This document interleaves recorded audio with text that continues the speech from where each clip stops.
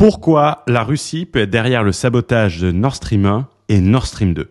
Bonjour à tous et bienvenue dans cette nouvelle vidéo dans laquelle nous allons essayer d'expliquer pourquoi la Russie peut être derrière le sabotage du gazoduc Nord Stream 1 et Nord Stream 2 en mer Baltique d'un point de vue à la fois stratégique, géopolitique, opérationnel et financier.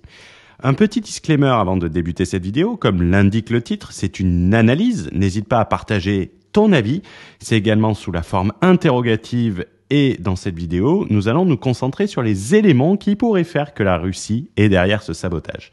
Le but de cette chaîne est d'avoir une vision plus large sur le business, mais également la stratégie et les finances. Si tu n'es pas abonné, pense à t'abonner, mettre un pouce vers le haut ou vers le bas. Pour ça, pas besoin d'incitation. On a de la chance sur YouTube que les gens soient assez autonomes pour mettre des dislikes sans qu'on leur demande. Cela aide en plus beaucoup avec le référencement, donc te gêne pas. Tu trouveras du contenu additionnel gratuit en description, tu n'as qu'à suivre les liens. Donc, on va commencer par Nord Stream. Est-ce que c'est un gazoduc purement russe ? Nous avons pu voir à la télé, sur les réseaux sociaux, pourquoi la Russie détruirait son propre matériel, son propre gazoduc. D'abord, ce n'est pas raisonner à la russe. Rappelons, nous, en tant que Français, du 14 septembre 1812, pendant la campagne de Napoléon en Russie, où les moscovites ont préféré brûler leur ville que de la laisser à l'empereur français. Mais au-delà de ça, il est nécessaire de nous intéresser aux shareholders, donc les actionnaires, et aux stakeholders, les parties prenantes de Nord Stream pour mieux le comprendre. Concernant l'actionnariat de Nord Stream, contrairement à ce qui est reçu et contrairement à ces idées reçues sur Internet, Nord Stream AG est une société de droit suisse. C'est la société Nord Stream 2 AG qui va gérer le deuxième gazoduc qui n'a jamais été mis en service. Et c'est en réalité un consortium de plusieurs sociétés. Concernant Nord Stream 1, vous avez un actionnariat Gazprom ou l'État russe, qui est l'actionnaire certes majoritaire avec 51%, mais les 49% restants sont répartis notamment entre le français Engie, le néerlandais Gazuni et les allemands BASF Wintershall et E.ON. C'est-à-dire qu'en réalité, la Russie ne possède que 51% et pas 100% de ce gazoduc. Si on s'intéresse à une autre partie, la partie bancaire et aux stakeholders, c'est les parties prenantes du projet, et on va ici se concentrer sur les banques.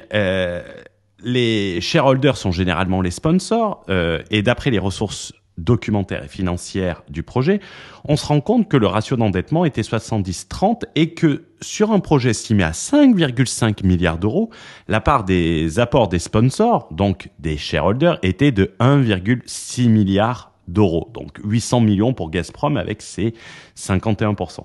Mais les banques qui ont financé le reste du projet, les sociétés financières, on y trouve Bayern, on y trouve BNP Paribas, on y trouve Caja Madrid, on y trouve l'allemand Commerzbank, on y trouve le français Crédit Agricole, on y trouve l'allemand Deutsche Bank, le néerlandais ING, Intesa Sao Paulo, RBS, l'anglais Royal Bank of Scotland, le français Société Générale, la Standard Bank ou encore l'italien Unicredit. C'est principalement des banques européennes. Les chefs de file n'étaient qu'européens puisque en matière de projet et de financement international, vous avez un pool bancaire avec des chefs de file. Les chefs de file financiers étaient la Société Générale, la France, Commerzbank, allemand, et Royal Bank of Scotland, RBS, anglais. Et pourquoi nous intéresser aux banques sur un projet qui a déjà été financé? C'est la question que tu peux te poser. Nous ferons un parallèle ensuite avec l'invasion russe en Crimée qui remonte à 2014 et l'affaire BNP Paribas ensuite. Également, on peut s'intéresser aux 3 cabinets d'avocats qui ont géré la transaction. Du côté des sponsors, c'est-à-dire des actionnaires, nous avions les cabinets américains White & Case et Linklaters britanniques. Et du côté des financiers, donc des banques, nous avons le cabinet britannique Clifford Chance. Donc nous avons des stakeholders, des parties prenantes, majoritairement et principalement européens. Mais au-delà de ça, pourquoi saboter son propre gazoduc ? Est-ce que ce tableau te dit quelque chose? C'est en effet, lors d'une vente aux enchères, Banksy, qui est l'auteur de cette œuvre, le célèbre artiste britannique également anonyme, qui a choqué le monde avec cet effet marketing, en quelque sorte, c'est que lorsque ce tableau a été vendu pour plus de 1,2 million d'euros, c'est pas des cacahuètes, il a déclenché automatiquement un mécanisme d'autodestruction. Nearly $1.5 million, it started falling through its frame, emerging in shreds and setting off an alarm. A post on the artist's Instagram page.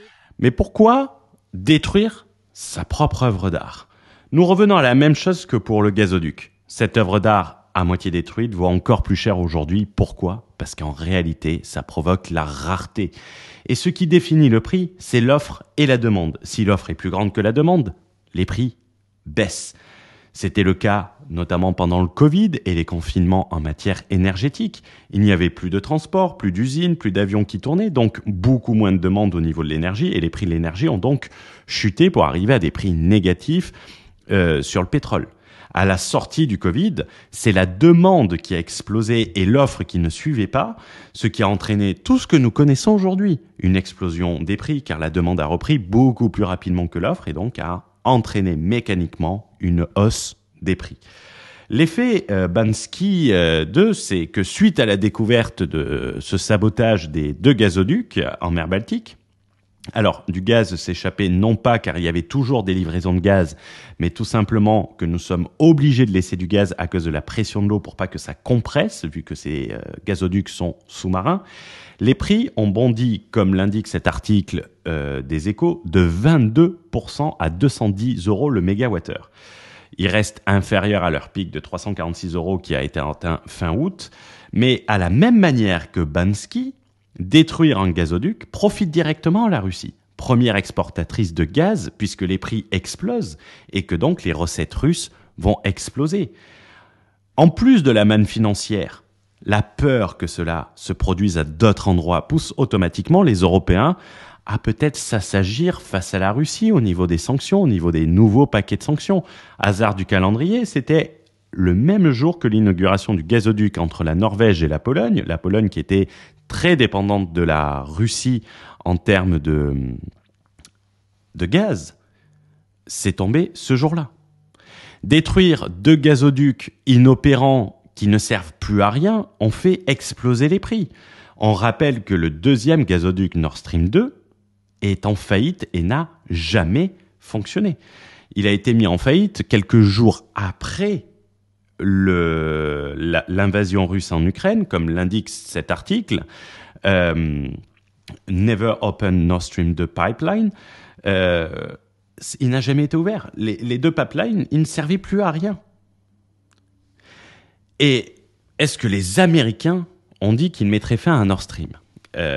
Comme vous avez pu le voir, beaucoup de gens ont fait tourner cette vidéo de Joe Biden indiquant que si la Russie procédait avec l'invasion en Ukraine, il pouvait dire au revoir et adieu à Nord Stream 2. En réalité, si on s'intéresse à ça, et je vous envoie vers un communiqué de presse de Joe Biden la veille de l'invasion, le 23 février 2022, il n'avait pas besoin de dynamiter au sens propre le pipeline. Il suffisait de le dynamiter économiquement. Rappelle-toi que lorsque nous avons parlé des parties prenantes dans Nord Stream 1, nous avons des gros cabinets d'avocats anglais, nous avons des banques majoritairement européennes, dont des françaises, et on a parlé de BNP Paribas, on va y revenir. On a également des actionnaires européens. La peur des sanctions et de l'extraterritorialité des Américains est largement suffisante pour mettre un terme à un projet sans prendre le risque de se faire prendre en envoyant des plongeurs faire péter un petit tuyau au fond de la Baltique. Car oui, si les Américains s'étaient fait prendre en faisant cette chose, ça aurait été une excuse pour les Russes de rentrer en guerre contre les USA et d'appuyer le discours anti-Occident prôné par Poutine. C'est une preuve qui assoit directement le discours de Poutine et donc sa popularité en Russie, mais c'est surtout un revers pour les Américains qui se détourneraient des USA parce que les premières victimes seraient les Européens. Quoi qu'on dise, le bénéfice-risque, il est trop faible. Il n'est pas à exclure, mais il reste cependant excessivement simple, surtout quand tu n'en as pas besoin. Laisse-moi te l'expliquer avec un bateau. Est-ce que ce navire te dit quelque chose? Ce n'est pas un super yacht qui fait rêver, c'est un porte-hélicoptère de mémoire, c'est pas un super yacht appartenant à un milliardaire russe, quoique. Les deux navires, donc celui de gauche et celui que tu vois au fond, sont les frégates Mistral, qui avaient été commandées par la Russie au chantier de Saint-Nazaire, français, sous Sarkozy en 2010-2011, de mémoire si je ne dis pas de bêtises. Lorsque la Russie a annexé en 2014, les États-Unis ils ont fait pression sur la France aux côtés des Anglais pour suspendre la livraison de ces deux navires à la Russie. Cependant, ça gênait pas les Anglais de continuer à vendre des fusils de précision aux Russes, de vendre des balles, des gilets pare-balles et compagnie. Quand c'est vos concurrents, ça vous dérange, mais il faut savoir que le marché de l'armement est une très grosse partie des pays européens, puisque les plus grands vendeurs d'armes, il suffit de regarder Lord of War pour ça, sont les pays. Le problème dans cette livraison des deux Mistral, c'est qu'il y avait des contrats. Peu de temps après, sans pour autant envoyer des nageurs de combat pour couler les deux navires, la France, elle campait tout le temps sur sa position, le contrat doit être honoré. Que s'est-il passé ? Qu'est-ce qu'ont décidé de faire les Américains pour forcer la France à renoncer, donc rembourser à la Russie, payer des pénalités, c'est avec votre argent, à la Russie? Mais ils ont tout simplement pris la première banque française, BNP Paribas, qui a écopé d'une amende record aux USA de près de 9 milliards d'euros, ou de dollars, 9 milliards de dollars, pour avoir violé l'embargo américain. C'est-à-dire ils avaient dû faire des transactions en dollars au Soudan, en Iran. On ne va pas rentrer dans le détail, c'est pas le sujet de cette vidéo. Hasard du calendrier, le plaidé coupable a été réalisé le 30 juin 2014. C'est l'article date du 30 juin 2014. Pourquoi? Et que s'est-il passé après, bizarrement? L'annulation du contrat a été annoncée par François Hollande en novembre 2014, alors que la France continuait de camper sur ses positions et que François Hollande, si je ne dis pas de bêtises, lors de l'amnistie où il y avait le président Obama qui était venu en France, avait essayé de discuter avec Obama pour l'amende de BNP Paribas. Et au final, ils ont annoncé que le contrat et la livraison des Mistral étaient annulés. Donc en réalité, tu vois, les Américains, ils n'ont pas besoin de dynamiter pour arriver exactement au même résultat. Ils ont déjà montré qu'ils en étaient capables. Et le lien entre les deux affaires est excessivement marrant et avait été relevé par Poutine. Pour Poutine, l'affaire BNP Paribas et la vente des Mistral sont liées. Selon le président russe, les problèmes des banques françaises aux États-Unis résultent d'un chantage des États-Unis pour faire capoter la livraison des navires de guerre. Ils n'ont pas besoin d'envoyer des nageurs de combat, ils n'ont pas besoin de se faire chier à dynamiter. Ils ont d'autres armes qui sont beaucoup plus efficaces, surtout quand on voit la structure corporate, et c'est pour ça qu'on a commencé sur ça, sur Nord Stream 1 et Nord Stream 2, que ce soit les banques, que des banques européennes, y compris si on y inclut les banques anglaises, c'est que des sociétés européennes. Ils n'ont pas besoin de se faire chier à envoyer des nageurs de combat. Juste la menace des sanctions, je peux vous rassurer que BNP Paribas, ils savent ce que ça veut dire. Et donc que les autres banques françaises savent ce que ça veut dire. Il n'est de bonne compagnie que celle qui se quitte. Donc il va être temps pour nous de conclure sur cette vidéo qu'on veut garder courte et donner le maximum de valeur. Si on se place d'une manière neutre, le seul pays qui avait réellement un intérêt à saboter de cette manière le pipeline, le gazoduc, c'était la Russie. Un intérêt économique avec ce sabotage, puisqu'ils ont saboté un gazoduc ne fonctionnant plus, donc aucune incidence, c'est comme si tu crames une voiture qui ne fonctionne plus, ça fait grimper les prix et donc les recettes de l'État russe, et la pratique de la terre brûlée est une spécialité russe. On vous renvoie à Napoléon pendant sa campagne russe. Également, quoi qu'on dise, un intérêt stratégique en créant un climat de peur et d'inquiétude. C'est ce climat de peur et d'inquiétude qui font bondir les prix. C'est pas le fait que le gazoduc ne livre plus de gaz, c'est la peur et l'inquiétude, en montrant qu'ils peuvent aller encore plus loin, sous forme d'un message d'avertissement à l'Europe, tout en sabotant quelque chose qui ne sert plus à rien.